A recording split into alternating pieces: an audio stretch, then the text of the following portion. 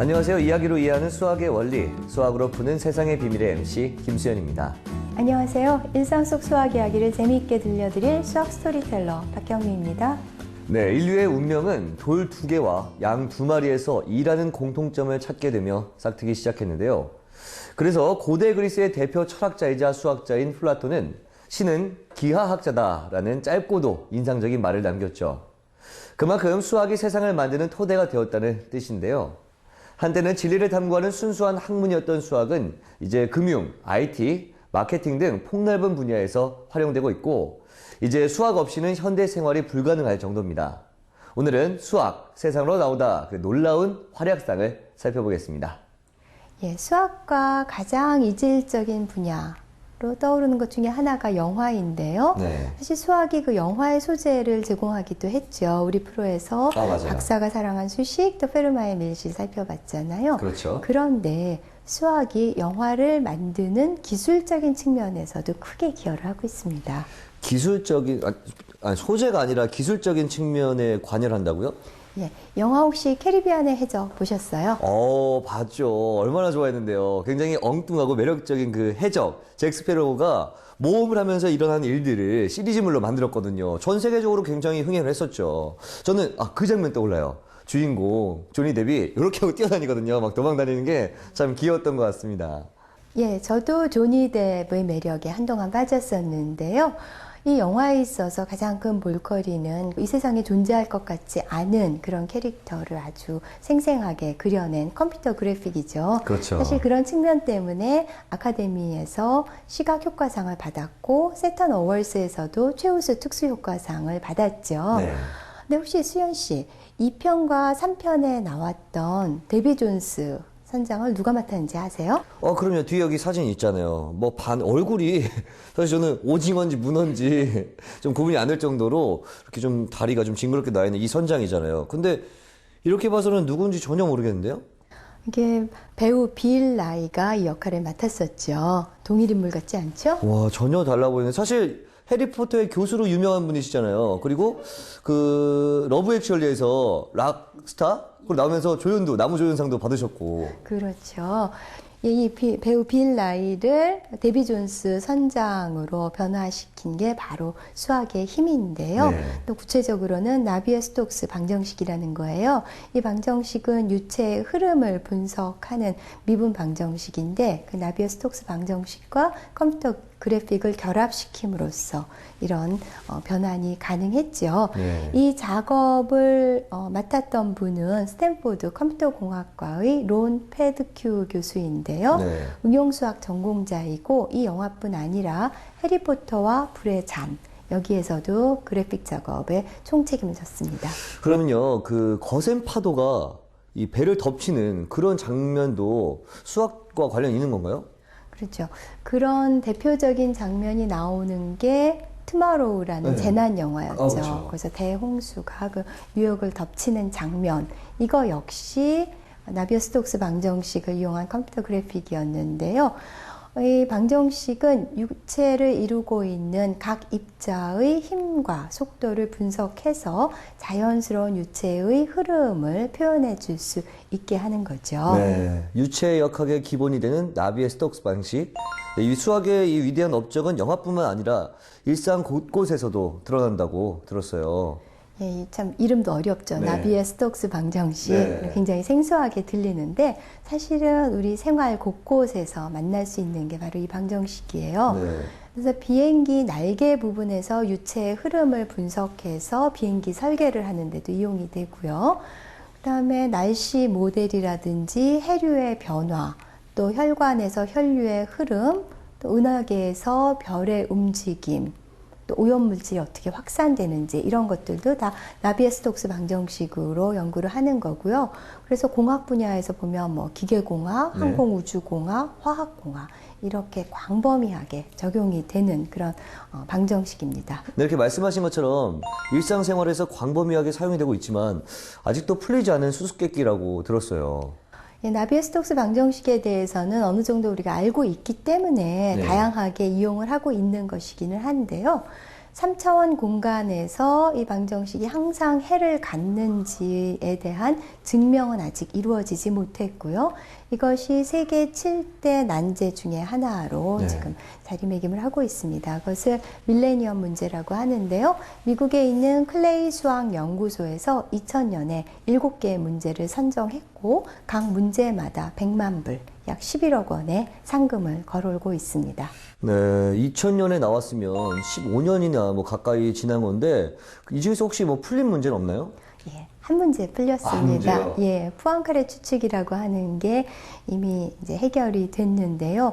또 그거하고 관련지어서도 제가 드릴 말씀이 좀 많네요. 네. 이 푸앙카레 추측은 프랑스의 수학자였던 푸앙카레가 예측을 한 거고요. 위상 수학에 있어서 대표적인 그런 문제예요.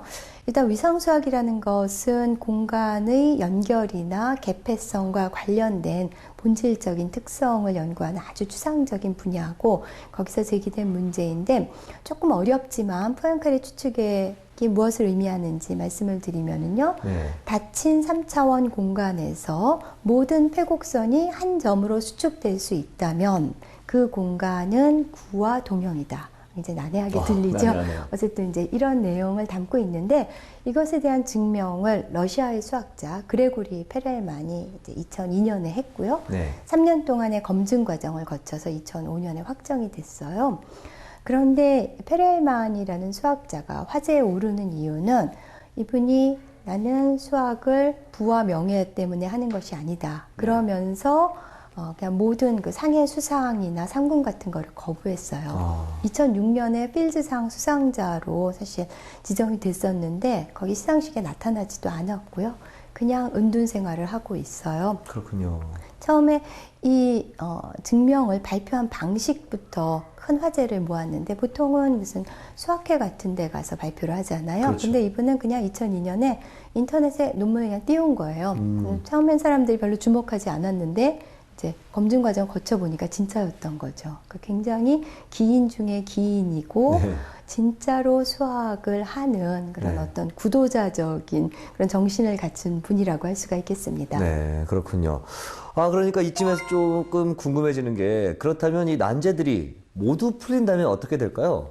예, 수학은 모든 학문의 토대가 되기 때문에 인류에게 지적 전환을 제공해 줄 수 있겠죠.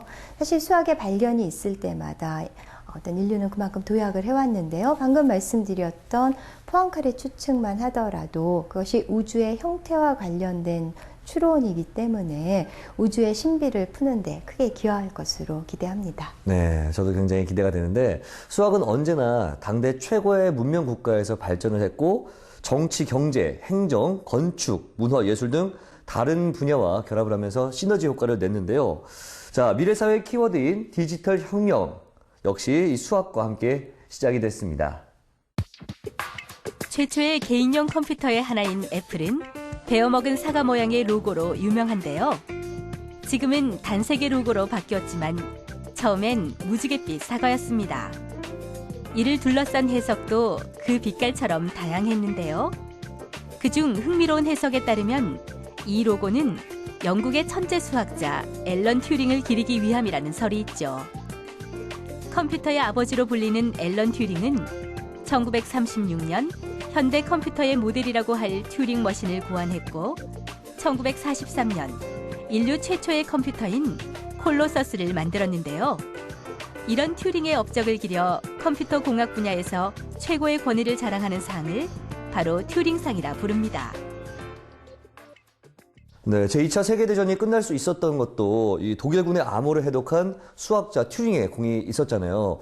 따라서 수학이 굉장히 공헌을 했다 이렇게 볼 수가 있는데 근데 이 애플 로고와 튜링 왠지 관계가 있을 것 같아요. 어떤 관계가 있는 건가요? 앨런 튜링은 세계대전을 종식시킨 1등 공신인데 네. 개인적으로는 그렇게 평탄한 삶을 살지 못했어요. 네. 앨런 튜링은 동성애자였고요. 그래서 법원으로부터 화학적인 그런 치료를 받도록 강요받았고 그런 모멸감을 이기지 못하고 자살을 했는데요. 네. 그 자살한 방법도 아주 또 특이하죠. 백설공주가 독사과를 먹은 것처럼 네. 이 사과에 주사기를 이용해서 청산가리를 주입하고 그 사과를 한 입 베어 먹고는 자살을 했어요. 네. 그때 나이가 42세, 1954년이었죠. 그렇군요. 그래서 20여 년 후에 이 스티브 잡스가 최초로 개인용 컴퓨터를 만들면서 이름을 애플이라고 지었고요. 한입 베어먹은 그 모양으로, 사과 모양으로 로고를 만들었잖아요. 그렇죠. 앨런 튜링이 아무래도 그 컴퓨터 발명에 있어서 토대를 마련해 주었기 때문에 그를 기리기 위한 것으로 보이고요. 네. 특히 7색깔 무지개가 동성애를 나타내잖아요. 네. 그래서 여기 이렇게 애플 로고에 특히 무지갯빛을 넣은 것을 보면은 튜링을 추모하기 위한 것이 아닌가 하는 생각을 할 수가 있겠죠. 네. 그리고 그 튜링을 기려서 또 튜링상이라는 컴퓨터공학계의 최고상이 제정되기도 했습니다. 네, 애플 컴퓨터의 로고로 환생한 튜링처럼 이렇게 위대한 과학자들의 생목을 연도해서 아주 재미난 이런 현상을 찾을 수 있다고 들었어요. 예, 뉴턴이 태어난 해는 갈릴레이가 죽은 해고요. 네. 또 맥스웰이라는 그 물리학자가 죽은 해에 아인슈타인이 태어났어요. 네. 또 프랙탈 이론의 선구자라고 할 수 있는 코흐, 그가 사망한 해에는 프랙탈 이론을 발전시켰던 만델브로트가 태어났고요. 네. 또 분야가 조금 다르기는 하지만 경제학에서 마르크스가 죽은 해에 케인즈하고 슌페터가 탄생했죠. 그렇군요. 왠지 위대한 과학자가 생을 마감하면서 다시 태어나는 이 천재 과학자에게 이렇게 뭔가를 남겨주고 가는 그런 뭐 연결고리가 만들어지는 것 같은 그런 느낌이 드는데요. 그렇죠. 아까 생물 연도를 보면은 우연치고는 대단한 우연이잖아요. 네. 지금 현재 시점에서 가장 위대한 물리학자라고 하면은 스티브 호킹이죠. 네. 루게릭병을 앓고 있으면서도 블랙홀이나 빅뱅 등 그런 중요한 내용에 대해서 어떤 대가로 군림을 하고 있는데 그 후에 스티브 호킹 후에 누가 올지 참 궁금하죠? 네, 이 과학자들의 생애에서 알 수 있듯이 수학은 기초 과학을 어떤 발전시킨 그런 핵심 학문으로 볼 수 있고 또 국가 발전에 지대한 영향을 미쳤는데 지금 진행되고 있는 이 디지털 혁명의 성공이 또 이 각 나라의 미래가 달려 있다고 해도 과언이 아니겠죠. 네, 미국의 부시 전 대통령은 90년 걸프전을 승리로 이끈 후에 이번 전쟁은 수학의 승리다 라고 언급을 한 적이 있는데요. 그런 만큼 전쟁에 있어서 핵심적인 기술을 제공한 것이 이제 수학이라는 그런 의미를 담은 거겠죠. 사실 미국의 국가안보국에는 국가 기밀을 취급하는 많은 그 수학자들이 포진해 있고요. 많은 국가들이 수학연구소를 국책연구소로서 지정하면서 많은 예산을 투자하고 있습니다. 네. 그러니까 어떤 경쟁력 확보를 위해서 수학에 대해서 투자를 하는 거죠. 네, 수학은 국가 경제에도 큰 영향을 미치잖아요. 자본주의의 꽃이라고 불리는 이 금융산업도 수학을 빼고는 이야기할 수 없다고요. 1973년에 블랙과 슐츠 같은 수학자들이 이론을 만들어서 금융시장의 흐름을 예측하는 그런 방법을 제공했는데요. 사실 1990년대, 2000년대 아주 우수한 수학자랑 물리학자들이 대거 미국의 월가로 진출을 했죠. 네. 그 추세가 약간 주춤하기는 했지만 여전히 지금도 많은 수학자들을 월가에서 받아들이고 있습니다. 그러고 네. 보면은 그 세계 금융 흐름을 좌지우지하는 것도 수학 이론이고 또 그 이면에는 수학자들이 있다고 할 수 있겠습니다. 네, 그러니까요. 그래서 이 수학자들이 펀드 매니저, 유명한 펀드 매니저가 된 사례도 많이 있다고 들었어요. 예, 대표적인 예가 제임스 사이먼인데요. 네. 어느 정도로 유명한 분이냐 하면은요, 네. 2005년부터 내리 3년 동안 펀드 매니저 세계 1위 그 수익을 유지했고요. 지금도 포브스지가 선정하는 세계 부자 그 랭킹에 항상 이제 이름을 올리고 있죠. 부럽네요. 예. 그런데 그 제임스 사이먼은 수학자에서 출발을 했어요. 네. 1974년에는 천 사이먼스 이론을 발표하기도 했고, 23세의 나이에 하버드대 교수로 임명이 됐는데, 뭐 그것도 4년 만에 박차고 나와서 미국 국가안보국에서 암호해독에 네. 대해서 또 일가견을 쌓다가 또 나와서 헤지펀드 회사, 르네상스 테크놀로지라는 그런 회사를 세웠죠. 네. 그러면서 세계 금융계의 총화로 등장을 했는데요. 그래서 기쁜 소식 한 가지는 2014년에 서울에서 열리는 세계 수학자 대회에 제임스 사이먼이 와서 대중 강연을 한다고 하니까 네. 놓치지 마시기 바랍니다. 저도 꼭 가서 또 배워봐야 될 것 같습니다. 자, 이렇게 경제 이외에도 수학이 응용되는 그런 분야가 또 있을까요? 많은 분들이 좋아하시는 미드, CSI. 네네. 여기에는 생명공학과 화학의 지식들이 주로 쓰이지만은 네. 수학적 지식도 많이 활용이 돼요. 네. 예를 들어서 CCTV에 잡힌 범인의 희미한 영상을 선명하게 복원해내는데 쓰이는 수학 이론이 푸리에 해석학과 웨이블렛 이론인데요. 네. 사실 이 CSI 제작팀은 미국의 울프람 연구소라고 하는 수학 연구자들로부터 적극적인 그런 자문을 받고 있습니다. 와, 정말 대단하네요. 수학의 힘은 알면 알수록 더욱더 놀라운 것 같습니다. 수학자에서 이 억만장자 펀드 매니저가 된 이 제임스 사이먼스, 그는 수학은 지적 호기심을 채워준 취미이자 성공의 열쇠이며 아픔을 치유해준 선물이다, 이렇게 표현을 했어요. 참 멋있는 표현인 것 같은데, 이렇게 수학은 예술, 과학, 경제 등과 이게 콜라보레이션을 통해서 더욱더 학문의 경계를 넘어서고 있습니다. 이렇게 수학의 힘에 의해서 움직이는 세상, 화면으로 한번 만나보시죠. 중앙아메리카 대륙에 자리한 니카라과 공화국은 1971년 인류 역사를 바꾼 10대 공식을 기념하는 우표를 발행했는데요. 수학이 어떻게 세상을 변화시켰는지 그 놀라운 활약상을 지켜볼까요?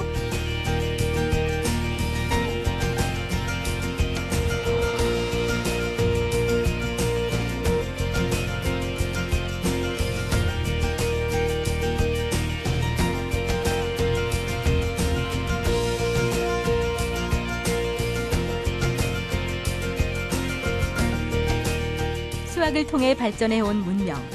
정말 놀랍지 않나요? 네, 이렇게 정리를 해보니까 수학의 중요성이 훨씬 더 와닿는 것 같은데, 그런데 이 10가지 공식에 공통점이 있다고요? 이 10가지 공식들은 수학의 방정식 형태를 띠고 있죠. 네. 우선 거기 포함되어 있는 대표적인 것으로 뉴턴의 만유인력의 법칙, 역학의 기초를 세운 거죠. 네. 그리고 또 아인슈타인도 나오는데 아인슈타인 했을 때 떠오르는 거 있으시죠? 당연히 있죠. 아인슈타인 하면 특수 상대성 이론이죠. 예, 이 아인슈타인의 이론은 뉴턴으로 대변되는 고전 물리학 체계의 근간을 흔들고 원자력 에너지를 만들어내는 원천을 제공했죠. 네. 근데 이런 뉴턴과 아인슈타인 못지않게 크게 기여한 천재적인 물리학자가 있는데 네. 그분의 이름은 그렇게 일반인들한테 친숙하지 않고 좀 평가절하되어 있는 것 같은 분이 있어요. 그래요? 누구죠? 혹시 우리 프로그램에서 한번 소개가 된 적 있나요? 안타깝게도 우리 프로그램에서 다룬 적도 없더라고요. 그래요? 어떤 분이냐면 바로 맥스웰인데요. 네. 맥스웰은 스코틀랜드의 에딘버러에서 변호사의 외아들로 태어났고요. 어렸을 때부터 이제 워낙 영특하고 재주가 많았다고 해요. 그의 비상한 기억력을 나타내주는 일화가 있는데 네. 어머니가 독실한 크리스찬이었고 네. 그래서 그 영향을 받아서 겨우 8살 때 시편, 성경의 시편 네. 119편을 몽땅 외웠다고 하네요. 정말 대단한 것 같은데요. 이 시편 119편은 성경에서 가장 긴 구절이잖아요. 그렇죠. 뭐 그런 정도, 그거는 이제 단순 기억력일 수 있고요. 네. 15살에 영국 왕립협회에 난영곡선에 대해서라는 그런 논문을 제출하기도 했고요. 네. 또 청년기에는 토성의 고리에 있는 그런 것들이 액체 입자가 아니라 작은 고체 입자라는 그런 주장을 하기도 했는데 네. 그것은 100년이나 지나서 미국의 우주선인 보이저 호에 의해서 밝혀지게 되었죠. 네. 그렇기 때문에 이 과학사에서 그의 위치가 뉴턴이나 어떤 아인슈타인에 비해서 뒤지지 않는다, 이런 말도 있더라고요. 그렇죠. 그럼에도 불구하고 아까 말씀드린 대로 크게 그 대중적인 주목을 받지 못하는 게 좀 안타까운 측면인데요. 네. 이 맥스웰은 이제 전기와 자기를 통합한 전자기학을 이제 알아냈고 그것을 미분 방정식으로 표현을 해서 통합을 했어요. 그래서 이 맥스웰의 방정식이 아주 중요한 거죠. 네. 이 발견은 인류에게 어떤 편의를 가져다 줬나요? 이 맥스웰의 방정식은 사실 우리가 현재 이용하고 있는 거의 모든 문명의 이기랑 관련된다고 보면 돼요. 네. 뭐 라디오, TV, 그다음에 모든 통신기기들, 뭐 핸드폰이고 모든 것들이 다 이 전자기를 이용한 것이기 때문에 사실 우리가 누리고 있는 모든 편리가 맥스웰에서부터 비롯되었다라고 해도 과언이 아니죠. 네. 또 그것뿐 아니라 뭐 X선, 감마선, 자외선, 적외선 이런 것들도 맥스웰의 이론에 의해서 예견됐던 것들인데 이제 나중에 다 밝혀지게 되죠. 지금까지 세상을 바꾼 방정식에 대해서 살펴봤는데 요즘 뉴스나 신문을 보면 방정식이란 말이 참 많이 나오더라고요. 북핵, 그러니까 이란 핵과 비교해서 이란 핵이 뭐 2차 방정식이라면 북핵은 뭐 고차 방정식이다 이런 말이 많이 눈에 띄고 있어요. 그렇죠. 거기서 아마 의미한 거는 이란 핵보다는 북핵이 더 네. 해결하기 힘든 난제다 이런 측면에서 2차 방정식과 고차 방정식을 썼을 것 같은데요. 저도 신문이나 잡지 보다 보면은 방정식이 참 자주 나오더라고요. 그래서 기자들이 굉장히 방정식을 좋아하나 뭐 이런 생각도 해본 적이 있는데요. 하다못해 뭐 영화의 흥행 방정식, 뭐 어떤 스포츠팀의 승리 방정식 이런 데 이르기까지 아주 방정식이 외연을 넓혀서 많이 사용이 되고 있는 것 같습니다. 네. 근데 제가 며칠 전에 은행에 갔는데요. 기다리면서 팜플렛을 봤더니 거기에 황금 분할 투자 상품이라고 나온 거예요. 네. 그래서 또 직업병이 도져서 이거 뭔가 1대 1.618로 나눠서 투자한다는 얘기인가. 네. 그리고 유심히 봤더니 그냥 뭐 주식, 채권 이런 데 분산 투자를 해서 수익성과 그다음에 안정성을 골고루 추구한다는 그런 의미더라고요. 네. 교수님 말을 딱 들으니까 그래도 이 수학 용어가 많이 떠오르는 것 같은데요. 여러 사람들의 공통 관심사나 또 해결의 실마리를 위해서 최대의 공약수를 찾는다든지 또 기쁨과 슬픔이 교차하는 그런 것들을 희비 쌍곡선이라고 표현을 한다든지 자 이런 표현들이 많이 있는데 일상생활에 이렇게 대입을 해서 생각을 하니까 수학이 좀 더 쉽고 편하게 와닿는 것 같습니다. 예, 이처럼 그 수학 용어들이 일상생활에 많이 편입돼 들어와 있는데요. 그걸 통해서 우리의 사고가 좀 더 논리적으로 바뀌고 또 이 사회도 합리적인 방향으로 변모해 갔으면 좋겠다는 생각입니다. 네. 그리고 최근 들어서 우리나라 수학 수준이 많이 높아지기는 했는데 국가에서도 수학에 대해서 좀 더 투자를 하고 수학자들도 더 분발을 해서 수학에 있어서의 르네상스를 이룰 수 있었으면 좋겠습니다. 네, 오늘은 인류 최초이자 최후의 학문인 수학의 활약상에 대해서 살펴봤는데 오늘 이 수학으로 푸는 세상의 비밀에 마지막 회라고 하잖아요. 좀 안타까운 마음도 들기도 하고 좀 아쉬운 마음도 드는데 교수님 어떠세요?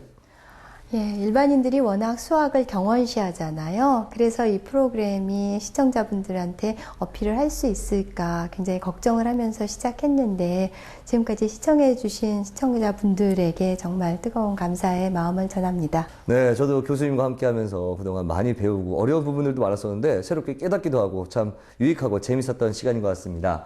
아마 시청자 여러분들도 조금 이제야 수학을 좀 알 것 같은데 아쉽다, 섭섭하다 하시는 분들 있을 것 같은데요. 하지만 여기서 끝이 아닙니다. 수학의 매력에 푹 빠지도록 저희가 도와드리겠습니다. 지금까지 일상 속 수학을 돌아봤다면 다음엔 영화와 수학이 만납니다. 무엇을 상상하듯 더욱더 이 즐거운 수학 이야기로 다시 찾아뵙겠습니다. 그럼 다음에 다시 만나겠습니다.